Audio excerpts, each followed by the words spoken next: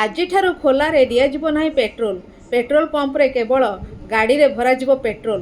Plastic ବୋତଲ କିମ୍ବା ଅନ୍ୟ କୌଣସି ଜାର୍ରେ ପେଟ୍ରୋଲ ଦିଆଯିବ ନାହିଁ। ଏହି ନିଷ୍ପତ୍ତି ନେଇଛନ୍ତି ଓଡ଼ିଶା ପେଟ୍ରୋଲିୟମ ଡିଲର ଆସୋସିଏସନ। ଏହି ନିୟମ ଆଗରୁ ଥିଲେ ମଧ୍ୟ ପେଟ୍ରୋଲ ପମ୍ପରେ ଏହି ନିୟମ ପାଳନ ହେଉନଥିଲା।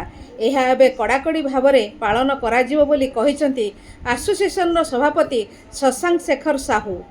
ଏନେଇ ଖୁବ୍ ଶୀଘ୍ର ଗାଇଡଲାଇନ୍ ଆସିବ ବୋଲି କହିଛନ୍ତି ଯୋଗାଣ ମନ୍ତ୍ରୀ। ବିଭାଗୀୟ ଅଧିକାରୀମାନଙ୍କ ସହ ଆଲୋଚନା ପରେ ଚୂଡ଼ାନ୍ତ ରୂପରେଖ ହେବ। ତେବେ ପେଟ୍ରୋଲ ପମ୍ପଗୁଡ଼ିକ ଏହି ନିୟମକୁ କେତେ ଦୂର ସଠିକ୍ ଭାବେ ପାଳନ କରୁଛନ୍ତି ତାହା ସମୟ ହିଁ କହିବ। ବାଲେଶ୍ୱର ଫକୀରମୋହନ କଲେଜ ଛାତ୍ରୀ ପେଟ୍ରୋଲ ଢାଳି ଆତ୍ମହତ୍ୟା ଦେବା ଘଟଣା ଏବଂ ବଳଙ୍ଗାରେ ନାବାଳିକାଙ୍କୁ ପେଟ୍ରୋଲ ଜାଳି ପୋଡ଼ିଦେବା ଉଦ୍ୟମ କରିବା ଘଟଣା ପରେ ନିଆଯାଇଛି ଏହି ନିଷ୍ପତ୍ତି।